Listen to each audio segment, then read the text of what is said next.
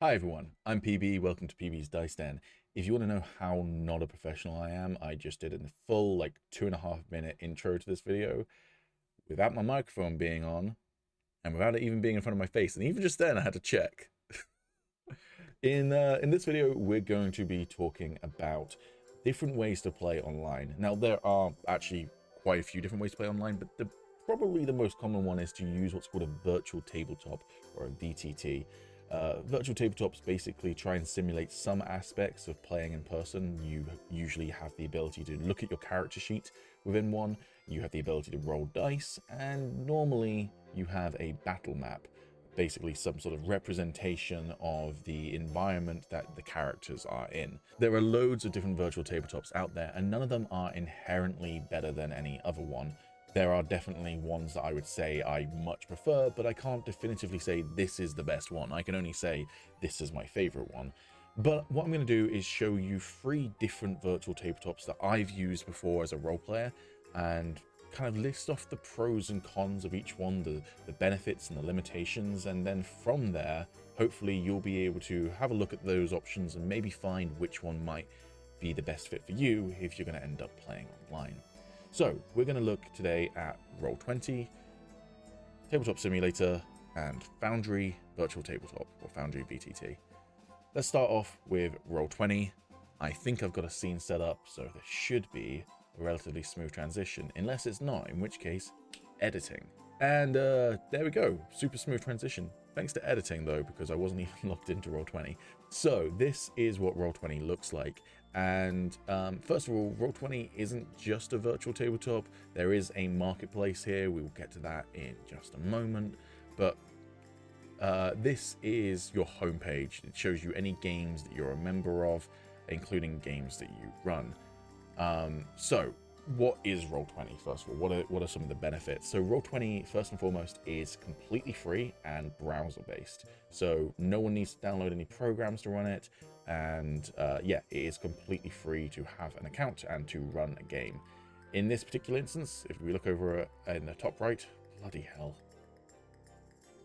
if we look over in the top right, you can see that my membership is currently free. I don't use Roll20 at the moment. I'll get to the one that I currently use, but I have absolutely been a subscriber before. If I wanted to create a new game, I absolutely could. As you can see, we've got the create a new game button just up the top here.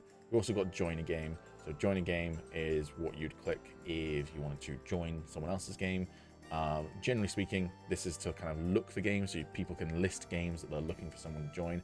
Personally, I've never used this method. I've always kind of created groups or joined up with groups that were pre-existing outside of Roll20, but absolutely there is the ability to have someone, as I say, kind of list saying I'm looking for people to come play my game, and then you can say I want to play whatever game I want to play, and yeah, so it's pretty good for those sorts of things as well.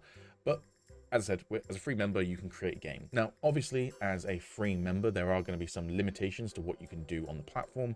The main limitations that you get as a free member, well, let's just go over to manage subscription. It should tell us what the differences are. So, as a free member, you get 100 megabytes of upload storage. That means you can upload up to 100 megabytes of images, of audio, that sort of thing. So if you're running a game, 100 megabytes of storage. You get dedicated online hosting, so that means that the servers are going to be hosted by Roll20. If they go down, then the servers go down, but because they're a big giant company, they're not likely to go down very often.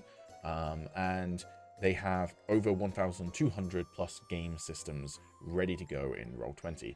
That's one of the really cool things. Lots and lots of different game developers get their games put onto Roll20, and I don't fully know how it works. It might be that they work with Roll20, or it might be that Roll20 just creates it for them, or it might be a fan. The point is that they have some really well-made systems on here that have quite a good level of dedication. You've got all of your ones that you'd expect, like Dungeons & Dragons 5th edition, massively supported. You know, character sheet is perfect. You've got loads and loads of different rule books you can get as well. But you've also got things like some of the older systems, the older D&D systems, Star Wars Saga Edition, which is the system that I run quite a bit as well. That's on here. So, you know, there is still support for the older systems as well, which is great. Compendium sharing. So what are compendiums? We'll talk about them a little bit more later, but basically compendiums are rule books, essentially. They are rule books of information, so monsters, items, rules, and such like. And by having stuff in your compendium, you can just easily pull that into your game. You want to, if you own, for instance, the monster manual for Dungeons and Dragons, and you want to pull a monster from that compendium into your game, it's as simple as just dragging it. So compendium sharing allows you to share with up to 1 game and 5 players, which means that only 1 person in your game needs to own the compendium content and can then share it in that 1 game with up to 5 players. You can list that you're looking for a group with up to 2 listings, but you don't get some of these other features. So you don't get dynamic lighting, which is basically where line of sight updates as you move your character, and you can have like different lighting effects and such like. You will get adverts on load screens, etc, etc. I'm not going to read through the full thing because, you know, we might be here all day, and you can look it up and read it yourself. For the next subscription, the Plus subscription, which at the moment I'm on the yearly, but I could go to monthly, so it's $4.99 a month. You get 3 gigs of storage, and you get unlimited listings, more compendium sharing, dynamic lighting, no adverts, etc, etc.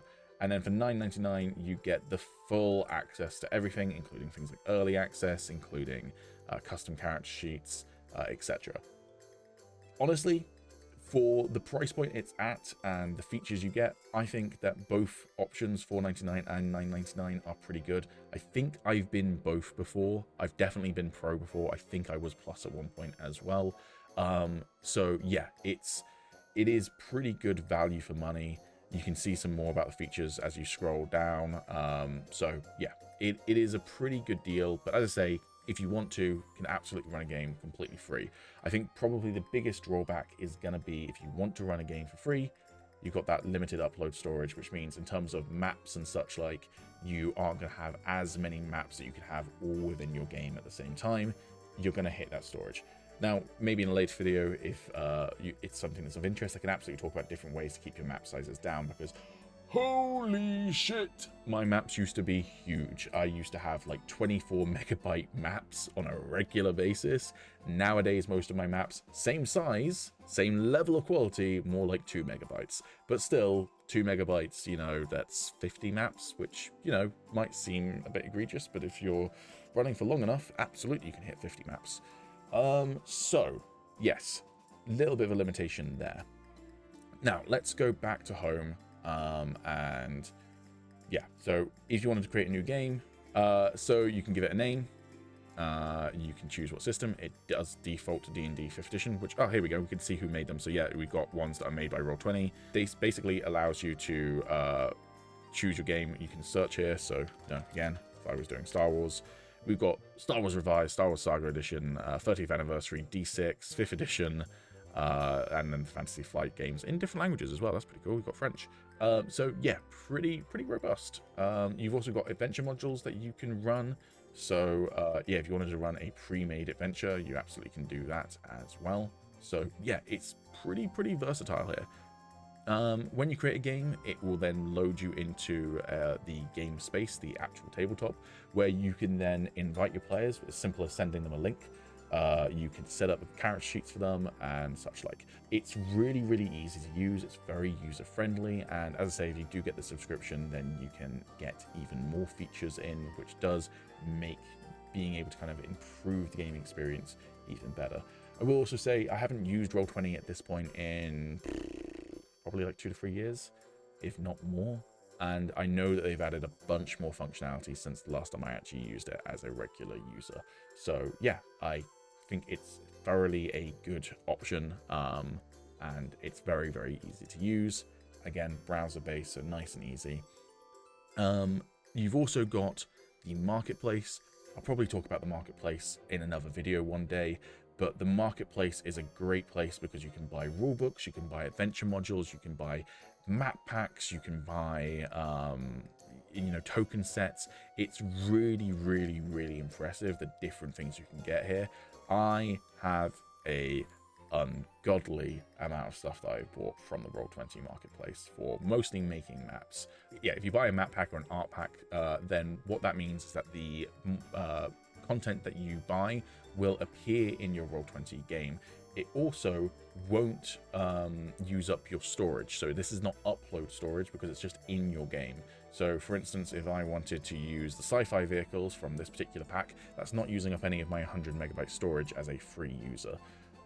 So that's nice as well. Let's quickly launch a game and we'll just have a look at the stuff that you get for free, because you do get some kind of smaller stuff for free within the Roll20 package. You will see a bunch of premium stuff that I've got as well, because as I was saying earlier, when you purchase something, it just kind of ports directly into the game and doesn't use up your storage. But there is some free stuff, so if you aren't going to spend any money, you do still get some basic map making stuff, and then you can make even more if you want to purchase packs. This map was made by me, but using art packs from Gabriel Picard and I think David Hemingway as well. I think these boats are David Hemingway as an example. But yeah, so this is a map that I did make and upload myself. But here we can see, yeah, so if I go to the art library, I can see free assets, and these are all the free things that you get yourself. So as an example, I can pull some characters on here. So yeah, you do get some free stuff. You can resize all of this as well. So, you know, you absolutely do have some things to work with if you're not spending any money.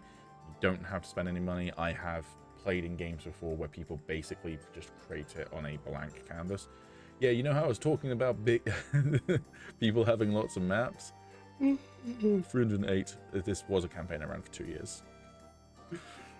Jesus.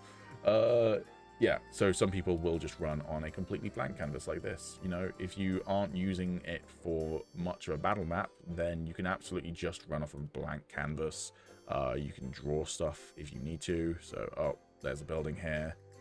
This is the doorway, you know, so you can be really, really basic if you want, and Roll20 will absolutely support that, and you won't have to pay anything for that. So absolutely a really good option. And then if you want to spend more money on it, you just get more functionality, whether that is paying a subscription or buying premium assets and such like. So that's Roll20. So Tabletop Simulator is another option to play role-playing games online on. It is a virtual tabletop. It's maybe not the most obvious option for running a tabletop role-playing game, because it's, first of all, not specifically designed just for that. It's just designed for simulating any type of tabletop game, including various board games, card games, that sort of thing. Tabletop Simulator as a video game does come with a price point. To buy the game, you need to spend £14.99, British pounds that is, to buy a single copy. Or they do package it together as a 4-pack, so if you want to buy it for yourself and some friends, you can buy it for £44.99, which will, you know, mean that you will then get a code for yourself and 3 other codes. I'm trying to work out what the conversion rate of that is. Hold on. It's 3 for the price of 4. No. 4 for the price of 3. Anyways, it's so it's a bit more of a price point on it, but it is a really, really good price point, I think, frankly, for what you get. Particularly if you do like playing other board games and card games. We play games like Game of Life on there, we play Uno on there, we don't play Red Dragon Inn on there because for some reason all of my friends hate Red Dragon Inn, even though it's a really good game. We also have played games like Muffin Time on there. You can play poker. Yeah, there's just loads of different card games and board games that you can play on there. So in that sense, it is really good value for money if you want to get more out of it. If you just want to use it for a tabletop role-playing game, I'm not sure whether that price point is going to be the most attractive thing, but it does have some other functionality that is pretty cool. So at the moment, you're probably seeing footage from a campaign that I was in a couple of years ago called Tales from the Frontier. I didn't run this campaign, I was a player in this campaign, but it was ran by my friend Mallek, and he made all the maps within Tabletop Simulator. One of the major drawbacks to playing it in Tabletop Simulator is that because it's not a fully fledged virtual tabletop for playing tabletop role-playing games, there isn't any system stuff in there or character sheets in there. All of that is done externally. Now, there are loads of different options for having a free character sheet. For starters, you can just have a PDF that you fill in. You could have a physical character sheet in front of you. There's no need for it to be digital. Or in our case, we used a service called Mythweavers to run our online sheets. So yeah, there are loads of different options to be able to have that element of the game. Basically, as long as you have a second monitor, it's pretty easy to do. There were some nights where I had to use a laptop because I wasn't staying at my house, and then I had to use one screen, and that was bad. But most of the time, it was great. The other nice thing about it is that it's a fully 3D environment. That helps for two reasons. One, it kind of helps with kind of scale and that sort of thing, makes things feel a little bit larger. And also, it can help if you're going to be using things like verticality in your game, which I think sometimes gets missed off when you're using virtual tabletops a little bit. What I can't really test to, and maybe before this video comes out, I'll try and loop in with Mallek, who was the guy who ran Tales from the Frontier, just see how much effort went into making the maps, because I always felt like they seemed like they would take a lot of work. For me personally, I basically don't make any maps within a virtual tabletop. I make my maps in Photoshop. Actually, I don't use Photoshop. I use a free variant that's basically exactly the same, but it's not fucking Adobe. But I use it in editing software, and then I upload it into the virtual tabletop. I don't think I would gel super well having to make maps in a virtual tabletop, and so yeah, I'd be curious to hear from him how much work went into making the maps. The source I clicked on to do this recording, I was pretty sure had you guys as an audio. Oh no! It's just been my side of the conversation for 33 minutes. Anyways, yeah, hey, I'm here with Mallek and Mo. We've been talking for 35 minutes now, but you guys are coming in. Yeah, cut it. Yeah, cut it, editor. The whole thing cut it in. that. Yep.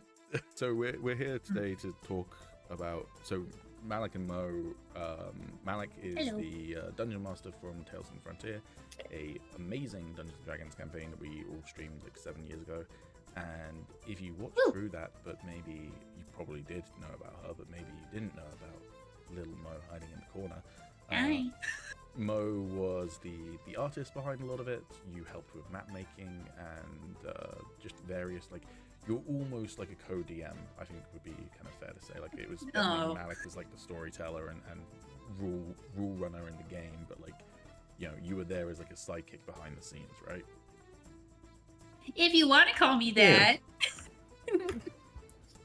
Yeah, putting in some flavor. Yeah. Yeah. All of the bad stuff was Mo, right, Mallek? What? But yeah, so Tabletop Sim, you two both made maps in it. We kind of, before I realized that we weren't hearing your side of the conversation, you were both kind of regaling me with your perspectives on it, because my general perspective was that it was probably as much fun as it was to have a 3D environment, and it had a lot of like charm, probably a little bit more difficult to make maps in it, but then you both made some very interesting points as well about like the limitations and what have you. So yeah, how about you take it away? Well, it'd be nice if the table was bigger. Way to get more room to work with. Really, just in general, like having to place stuff, just like, yeah, essentially Lego pieces is a bit of a pain. It's kind of fun, but it's definitely just a lot more limiting factors in Tabletop Simulator compared to a lot of other options. If you're just having like a really casual adventure where it's a adventure of the week, and oh, you're in a dungeon, oh, you're in a desert, oh, you're in a castle, oh, you're in a town, or you're in a forest, and those are all really easy things to build and drop stuff in, and comparative to like you have a magic school that has a very particular courtyard, because I can't talk about all my ideas. But you know, no, you're absolutely right. It's the vibe of the campaign, I guess, does make a difference. So yeah, so Tabletop Simulator, limited in terms of your options, but then that can actually be good in a way, but also quite time consuming and finicky to kind of set up. But as you kind of were all saying, and I don't think a decent chunk of this was before I realized I'd fucked up the recording. It's got a lot of charm to it, and like playing in 3D, like being able to like, you know, race over to see when people have rolled a dice what the result was, seeing people like fiddle with stuff, doodling in 3D, all of that is quite fun and charming. So yeah, I think that's there's something nostalgic about it. I think I would recommend it if you were doing. Okay, I'd recommend it if you already own Tabletop Simulator and you have, like, if you're thinking about becoming a DM, right? Or you know someone who's thinking about becoming a DM and owns Tabletop Simulator, boot that bad boy up and look for cool mods and tokens to download. And if you find a good collection of stuff to kind of start and roll off of, I think it'd be totally worth it. Especially if you're doing something as simple and simply exploratory, like simple exploration as like a medieval fantasy, right? Maybe they built like a lot of cyberpunk stuff or a lot of like steampunk stuff. I wouldn't know, but if they did, like, I guess it would suck for you to go in and not have anything to build what you want to do. Yeah. Thank you, Mo and Mallek, for joining me. This was a little bit more than a 10-minute conversation. It was about 2 hours, including the 35 minutes or so that was not kept. I'm probably not going to put all of this in the video that I made, but I will probably cut it up and maybe release this as just like I was said in my like intro video for the series that I do like podcasty stuff from time to time. I might release the full thing as a podcasty thing if you want, maybe edit out some bits and bobs, but yeah, do it. I think I'll just kind of take like extracts from this overall conversation just to try and keep it nice and short, because I think the original video is like 20 minutes at the moment. So Go for it. Yeah, I hope you got a lot of good stuff out of us. Yeah, it's been fun talking. Thank you. Thank you, PB, for inviting us. Yeah, thank you. Yeah. Thank you. Yeah. Bye-bye. So yeah, I actually think this was quite a fun way to play tabletop role-playing games. It could be the right fit for you. As I say, there are some drawbacks, mostly with the having to have your character sheet elsewhere, but there are some also really cool elements to it as well. And it does seem to have quite a lot of people who do play on that, because as I say, there's a workshop full of loads of free content in terms of like assets you can bring into your game, and there does seem to be fairly regular updates for that sort of stuff. So yeah, it's a good option. And now we talk about Foundry VTT. So Foundry Virtual Tabletop is my dealer's choice. Having played on Tabletop Simulator and having played and ran on Roll20, I transitioned to Foundry Virtual Tabletop 2 to 3 years ago. It's hard to remember the exact time. And ever since I started using it, it has been my ride or die. Every now and again, I will see another virtual tabletop come out, show off its functionality, and I'm always interested in them. I always think it's cool to see this space growing and improving, and the more competition that's in the space, the better ultimately, right? Like, this might be big-headed of me to put it all on Foundry VTT when there are loads of other tabletops out there, but I genuinely think that some of the updates I've seen Roll20 bring out have been in direct response to stuff that Foundry Virtual Tabletop's been doing, and that's good. That's a good thing. So first of all, yeah, having other virtual tabletops is a good thing, but Foundry VTT is my ride or die. I just don't see myself ever really moving off of it permanently.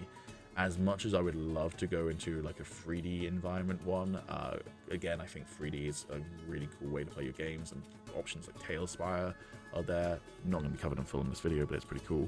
And also, they recently, Wizards of the Coast announced that they're making one, which visually looks pretty cool. You know, I do think that there are times I'm like, oh, it'd be really cool if I could jump ship, but I just don't think I ever will. And the main reason why is that Foundry Virtual Tabletop is by far the most customizable. Pretty much anything that you can want to have your virtual tabletop do, it theoretically could do. And the reason why is because it has mods or modules. It has loads of creators adding things in that you can then add to your game to make your game work differently or run better or whatever it might be. You think about like how Bethesda has this reputation with the video games of pretty much all of their games being pretty good, but always being made significantly better by mods. That's basically the case with Foundry VTT. It's a platform that is then got a really good core functionality, but then you have modules that make it even better. Now, there are some drawbacks. The biggest drawback is it also has a price entry point. Again, Roll20 can be completely free, but sometimes if you want to make use of the different functionality or buy map packs or what have you, it does have a price point to it, but it can be completely free. Foundry Virtual Tabletop as a game master is going to set you back about 40 bucks. I'm going to double check the price. Hold on. Damn, I said 40 bucks. It's 50 bucks, 40 pounds. That's close. So yeah, $50, £40 to buy Foundry Virtual Tabletop. However, unlike Roll20's setup, which is a yearly subscription if you want their advanced features, Foundry Virtual Tabletop, you can't play for free, but if you pay that fee, that £40 or $50, you have it forever. It's a single time purchase, kind of similar to how Tabletop Simulator works.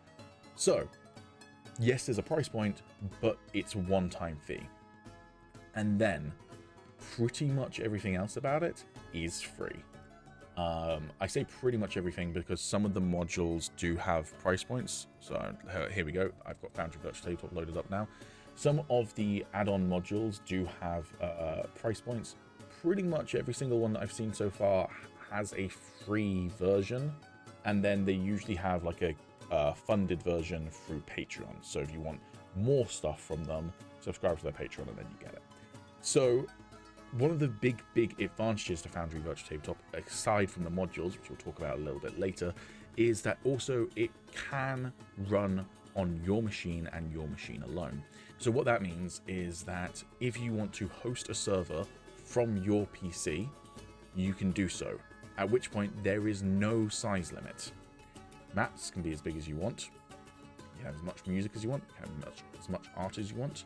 You can have as many games as you want. There's no limitations beyond what your computer can handle. And sure, what your players' computers can handle, because they're going to be connecting to them. So if you've got a huge map, they might be there forever. So yeah, there are some limitations, but by and large, you know, suddenly the gloves are off rather than having to rely on Roll20's server space in terms of how many uploads I can have. I absolutely was hitting up against Roll20's pro file size limit when running that D&D campaign we briefly looked at earlier in the video. With Foundry, I've never had that issue. So that's a massive plus point to me. The biggest downside to that is that there's a little bit of more technical know-how if you want to run the server yourself. You need to know how to do what's called port forwarding, and port forwarding is not super simple. It's also not super complex, but like, I don't think my mum could fuddle her way through it. So, but I managed to fuddle my way through it, and while I'm fairly tech savvy, I'm definitely not like coding savvy and stuff, but I managed to work out how to port forward. And once you've set it up once, you basically don't need to adjust those settings ever again. So yeah, you set up your server once and then it's just there, it will work. So that's a real big plus side as well. If you're not super tech savvy and you don't want to run the game from your computer, there are alternative options as well. There is a service called The Forge, which will do your hosting needs for you. I've never actually used The Forge. I just went with port forwarding, but it is designed for enabling you to host the servers for your Foundry game with them. And as you can see, if you want to play for free with your friends an existing Forge campaign, it's free. No ads, no traps, except for those made by goblins. But for Game Masters, there is a small charge. They give you a 14-day free trial. So let's just quickly find out what the price point is for this. Oh, here we go. So the very basic cost of the Game Master is £3, not £3, $3.99 billed annually, or $4.49 if billed monthly. So, okay, that's cheaper than Roll20. To have it hosted on here, but again, you do need to buy Foundry in full as well. And then you can see here that you've got then the Storyteller and the World Builder ones, which are going to give you more storage. This one gives you live kit servers. I have no idea what that means. And save points. I assume that means like you can flash save the game or whatever. And automatic game snapshots. So yeah, okay. So there is definitely some more functionality behind the world, because yeah, this sounds like This to me sounds like if the servers go down, or if your computer crashes or whatever, it saves it or what have you. So yeah, there are some options there. Again, this will do the kind of hosting for you, and I can't fully go into the full ins and outs of how it works because I don't use it, but port forwarding is a completely free option within Foundry. You just need to follow some guidance on how to do it. Foundry's website does have some guides on how to do that. I'll fully admit that I had to also use a YouTube video. Yeah, I got there in the end. It took me like an evening to set up. And then yeah, from here, it's all just run from your computer. We've still got loads and loads of systems. I've got 13 currently installed. They do use a little bit of storage to install a new system, but if I click install system, we can see there are 258 systems. So a little bit less than Roll20 is like 1,200, but still quite a lot. So yeah, this is pretty good. One thing I will say is that a lot of these systems aren't made by the developers of Foundry or by the developers of the game. So you do get some that have a little bit less love given to them. For instance, there are 2 that I have installed. Let's just have a look. A bunch of these I've not updated in forever. Degenesis Rebirth is made, I think, by a sole person, like a team of 1. And it's definitely not perfect when I've tried to use it. It's for a team of 1, it's really impressive. But and even if it's not a team of 1, if it's a small team, it's still really impressive. Sorry if you saw that weird pop-up just then. But yeah, it's definitely not perfect. First of all, I don't think English was the first language of the person developing it. So there's some like phrasing mismatches from the English rulebook to the character sheets and such like. So you know, there's some drawbacks there. And then the Star Wars Saga Edition one just doesn't really work, unfortunately. But I have worked out how to run Star Wars my own way in Foundry.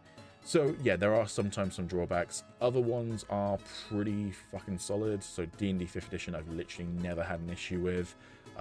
You've got Savage Worlds, which I actually haven't really used, but I know that Savage Worlds has released the company behind Savage Worlds has released Foundry modules for specific games that run on Savage Worlds in here. So there are some studios, some publishers that do work directly with Foundry VTT as well.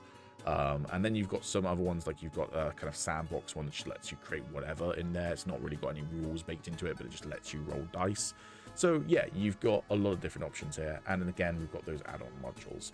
I'm going to be real, I could be here all day about add-on modules, but I'm not going to be, because a decent chunk of this series is going to be on add-on modules for Foundry Virtual Tabletop, because there's just so much to talk about here. But when you launch the game, it looks more or less like any other virtual tabletop. I will say, if you're port forwarding, I think there are ways to hide it, but most of the time it's going to show you, it'll show your players your IP address. So just make sure you're playing with people that you actually trust. So yeah, this is what the kind of Foundry virtual tabletop looks like. Some systems are going to look slightly different, and yours might look a little bit different to what I'm showing right now if you're booting up for the first time, because I have got a bunch of different modules running at the moment. This is just a snapshot of the most recent Star Wars session that I ran as of recording this. But yeah, you've got kind of very similar layout to Roll20. You've got some kind of UI over here in terms of like moving around, controlling. A lot of the controls are also very, very similar. You've got your chat, your combat tracker, your scenes, and then you've got a bunch of other stuff that, again, is probably worth going through in a separate video. But yeah, it's really, really easy to use once you've got started. So again, price point is a little bit more on the expensive side, but it's just a one-time purchase. And then also getting used to how to run Foundry is also a little bit more, there is a little bit more of a learning curve to it, but I think it's worthwhile personally.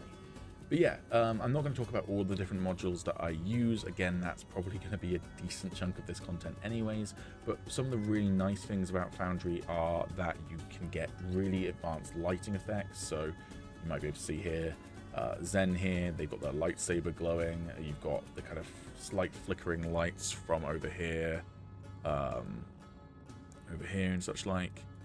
And it's a pretty subtle effect, but I've even got a light coming off to try and emulate the nebula kind of glowing and illuminating parts of the bridge of the spaceship. So yeah, that's really, really cool. You've got functionality for things like some of the modules I run allow you to have multiple floors where you can see tokens on lower floors cloned from another map, which is really cool. That's actually hard to kind of explain in a hypothetical, and so maybe I'm going to intercut this with some footage of me showing exactly what I mean, but it's actually the reason why I ended up jumping over to Foundry Virtual Tabletops, because I went, that's fucking awesome. You've got abilities to do like sounds from sources on the map, so like if the token is next to something that's making a noise, they can hear it. You've got the ability to have sounds audible through walls. You've got animated spell effects and such like. It's a really, really versatile system that lets you play in exactly the way that you want to play. So yeah, it's pretty cool. So in conclusion then, those are the 3 different virtual tabletops I've used. Yeah, I think there are draws to each of them. My main takeaways would be that Roll20 is the cheapest one to get started. So if you are just looking to sit down with some friends online and roll some dice, Roll20's got you covered for 0 money.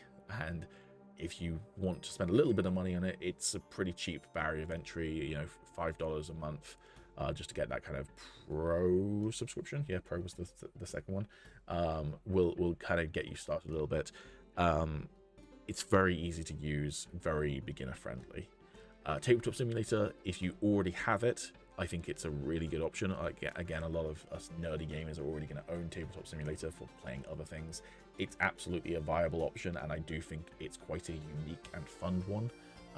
But if you are looking specifically for a virtual tabletop and you don't already own Tabletop Simulator, again, that price point might be a bit of a barrier of entry.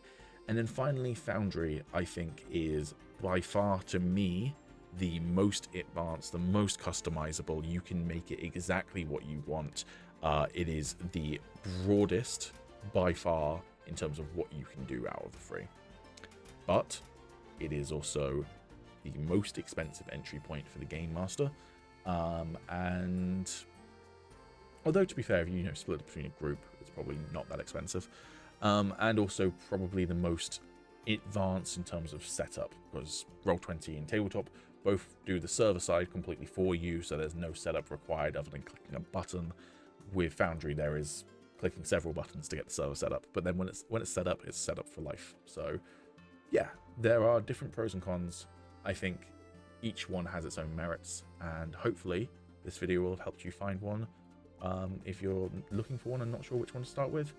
And if you already use one, then maybe one of these has piqued your interest and you might look into it. If you use a different virtual tabletop, then I would love to hear more about which one you use and why you think it's the best one, or not necessarily the best one, but why you like it.